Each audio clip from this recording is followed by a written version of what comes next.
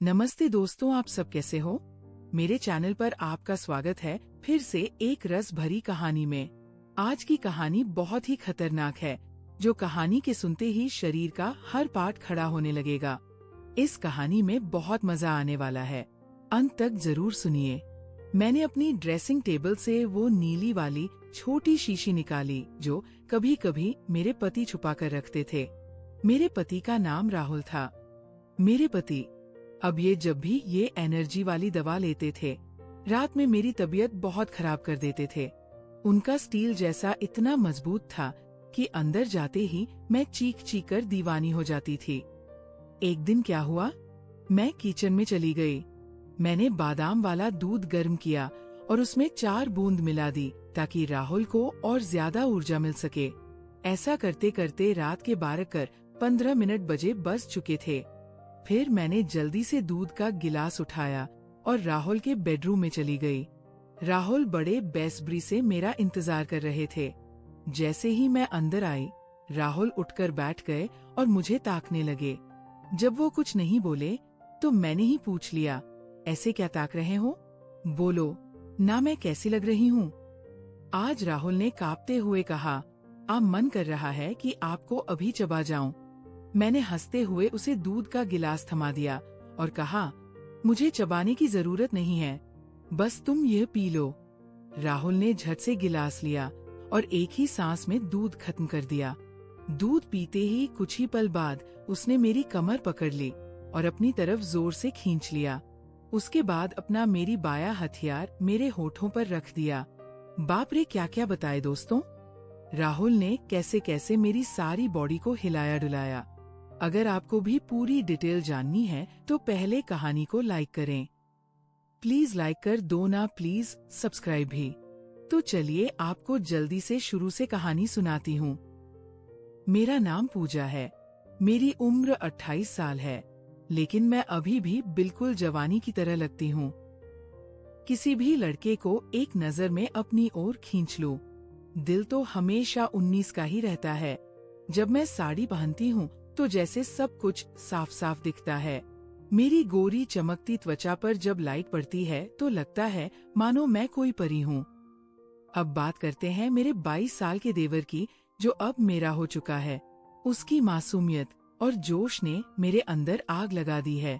जब वह मेरी तरफ देखता है तो उसकी आंखों में वो भूख साफ दिखती है, जैसे वह किसी गर्म सपने को जी रहा हो। कभी वह मुझसे कहता है, भाभी आज आप तो जलाने वाली लग रही हो। इसीलिए मेरे पति कभी कभी ऑफिस से जल्दी आकर मुझे चुपके से पकड़ लेते हैं। हम शहर में रहते हैं क्योंकि मेरे पति प्राइवेट जॉब करते हैं। मेरी 3 साल की एक बेटी भी है, इसलिए मेरी छातियां भी अब और भारी हो गई है। पति को अपना फर्ज समझकर रोज उनकी मालिश करती थी। भले ही हमारी शादी को 7 साल हो चुके थे, लेकिन मेरे पति अभी तक मुझे बहुत जोश से प्यार करते थे, अच्छे से। मेरा मतलब है सब कुछ चूस चूस कर पी जाते थे। वैसे आमतौर पर उनका स्टाइल ही ऐसा था, लेकिन मैं हमेशा साफ सफाई रखती थी और कभी कभार लिपस्टिक भी लगा लिया करती थी। दोस्तों, अगर आपको मेरे से बात करना है तो इस वीडियो को लाइक करो और चैनल को सब्सक्राइब करो। और हाँ दोस्तों, जो सब्सक्राइब करेगा उसे मैं अपना नंबर भेज दूंगा, तो जल्दी से सब्सक्राइब कर लो। पिछले महीने कुछ ऐसा हुआ जिसका हमें कभी शक भी नहीं था। शाम को मेरे पति राहुल घर लौट रहे थे। उनके ऑफिस के किसी दोस्त की पार्टी थी, इसलिए सब ने उन्हें बहुत थकाया था और वो बाइक से घर आ रहे थे।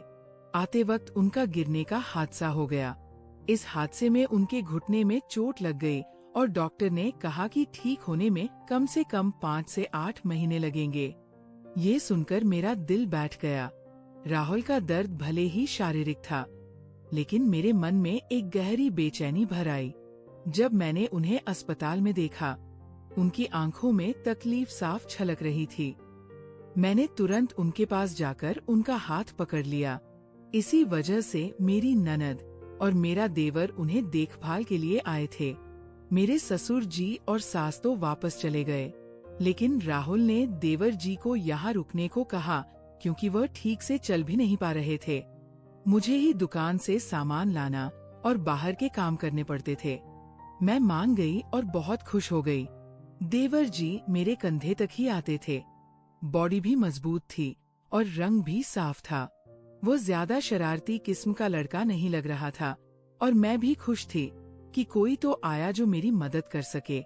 आज वह मुझसे थोड़ा थोड़ा झिझक रहा था क्योंकि वो शादी के बाद पहली बार मेरे साथ इतने करीब था। रात को जब मैं राहुल को दवा दे रही थी तब मेरा देवर भी हमारे पास बैठा था और फिर अपने कमरे में जाकर समय पर सो गया था। राहुल के चेहरे पर थोड़ी राहत की लकीर थी, लेकिन वो अभी भी दर्द में था। तभी मेरी सारी भावनाएं बाहर निकल आई। मैंने राहुल के पास बैठकर कहा, वह भी क्या दिन थे जब आप रोज मुझे मसाज देते और अपना सामान अंदर डालते थे। राहुल ये सुनकर हल्के से हंसने लगे। क्या हो गया मेरी जान, आज तो पूरी मस्त लग रही हो। मैंने कहा, नहीं जी, आपको तो मजाक सूझ रहा है और इधर मेरी हालत खराब है। सच बताओ तो इसने मेरा बुरा हाल कर रखा है। मेरे पति बोले, मैं तुम्हारा दर्द समझता हूँ। पूजा, मेरा भी बहुत मन करता है, लेकिन क्या करूँ? मैं तो ठीक से हिल भी नहीं सकता। बस थोड़े दिन और सब्र कर लो, फिर देखना मैं इस तुम्हारे फूल का क्या हाल करता हूँ। तभी मैंने कहा, थोड़े दिन नहीं, पूरे 8 महीने बाकी है ठीक होने में, और मेरा तो 1 महीने में ही ये हाल हो गया। पता नहीं आगे के दिन कैसे बीतेंगे। मेरे पति मेरी उम्मीद मिटाने के लिए बोले, चलो वो नहीं तो कम से कम शरबत ही पिला दो, डॉक्टर ने भी कहा है। तभी मैंने हंसते हुए कहा, आपके नसीब में तो वो भी नहीं है क्योंकि आपकी बेटी ने पी लिया है। हम दोनों जोर जोर से हंसने लगे। मेरे पति मुझे खुश रखने की पूरी कोशिश करते थे, लेकिन मैं क्या करूं? सब बेकार था। थोड़ी देर बाद राहुल सो गया क्योंकि उनकी दवाइयों में नींद की गोलियां भी थी, लेकिन मुझे नींद कहाँ आ रही थी। इसीलिए मैं खड़ी होकर देवर जी को देखने चली गई कि वह सोया है या नहीं, लेकिन वो अब तक जाग रहा था और मोबाइल देख रहा था। मैंने उसके कमरे में जाकर कहा, क्या हुआ अमित, 1:05 बजे बज चुके हैं और तुम अभी तक नहीं सोए। लगता है तुम्हारे मन नहीं लग रहा है। वो उठकर बैठ गया और बोला, नहीं भाभी, ऐसी बात नहीं है, बस यूं ही फोन देखते देखते देर हो गई। फिर उसने पूछा, भाभी आप भी तो नहीं सोई? मैंने कहा, मुझे तो आजकल नींद ही नहीं आती। अमित ने पूछा, क्यों, क्या बात हो गई? मैंने हंसते हुए कहा, नहीं, वह मैं तुम्हें नहीं बता सकती। जब तुम्हारी शादी होगी तो तुम्हें खुद ही पता चल जाएगा। मेरे मुंह से ऐसा सुनते ही अमित ने अपनी नजरें नीचे कर ली और अंदर ही अंदर मुस्कुराने लगा। तभी मैंने कहा, अरे तुम तो इतनी सी बात पर शर्मा गए। अच्छा बताओ, अभी तक कोई लड़की लाइन की है या नहीं? अमित कुछ नहीं बोला, उसे अभी भी झिझक थी। तभी मैंने उसका हाथ पकड़ा और कहा, अरे पागल, अपनी भाभी से इतना मत शर्माओ। वो धीरे से बोला, भाभी सच बताओ तो ऐसी बातें मैंने अभी तक अपने दोस्तों से भी नहीं की है। मैंने कहा, अच्छा तुम मुझे अपना दोस्त ही समझ लो ना, क्योंकि मुझे ऐसी बातें करने में बहुत मजा आता है। अमित ने कहा, हाँ भाभी एक थी, लेकिन उसने मेरे से बातें बंद कर दी हैं। मैंने पूछा, तुमने उसकी तो कर दी होगी ना? अमित बोला, नहीं भाभी सच बताओ तो मैंने उसे ठीक से छुआ भी नहीं था। मैंने मुंह बनाते हुए कहा, तुम तो बड़े सीधे हो। चलो कोई बात नहीं, अब तुम मेरे पास आ गए हो तो मैं तुम्हें अपना खिलाकर जवान कर दूंगी। मैं बातें करते करते अमित के कमरे में ही सो गई थी। सुबह जब मेरी आंखें खुली तो अमित बेड पर बैठा हुआ मुझे ही देख रहा था। मेरे उठते ही अमित ने मुझे गुड मॉर्निंग बोला। जब मैंने पूछा, क्या देख रहे हो, तो वह बोला, भाभी आप सच में बहुत हॉट हो। वह हम मुस्कुराते हुए बोला, अच्छा तब तुम सुबह सुबह हॉटनेस का मजा ले रहे हो और रात को तो बड़े शर्मा रहे थे। वो मुस्कुरा के पूछने लगा, भाभी आप बुरा ना मानो तो एक बात पूछ सकता हूँ? मैंने कहा, अरे पागल, मैं क्यों बुरा मानूंगी, पूछो क्या पूछना है। उसने मुझसे कहने लगा, भाभी सच सच बताना, आप जो 2.5 किलो की ये थैलियां लिए घूमती हो, आपको भारी नहीं लगता क्या उसकी? अब बात सुनकर मेरी हंसी छूट गई। इसके बाद अमित मुझसे काफी खुल गया था और अब वह मुझसे ज्यादा शर्म नहीं करता था। इससे मैं भी बहुत खुश थी क्योंकि अब मेरा भी समय अच्छे से बीतने लगा था। अमित को आए हुए 19 दिन बीत चुके थे और वह मुझसे काफी घुल मिल गया था। वो बाहर के सारे काम कर देता, बाजार से सामान ले आता और अपने भैया को भी सहारा देता। मेरी तो बहुत सेवा करने लगा था। शाम को मेरा सर भी दबा देता और कभी कभी मेरे शरीर को भी सुकून देता। लेकिन मेरी चाहत दिनों दिन बढ़ रही थी और मैं मेरे पति की हालत अब भी वैसी ही थी। अब सब कुछ मेरी बर्दाश्त के बाहर हो चुका था। मैंने सोचा कि अब तो अमित ही है जो मेरी मदद कर सकता है।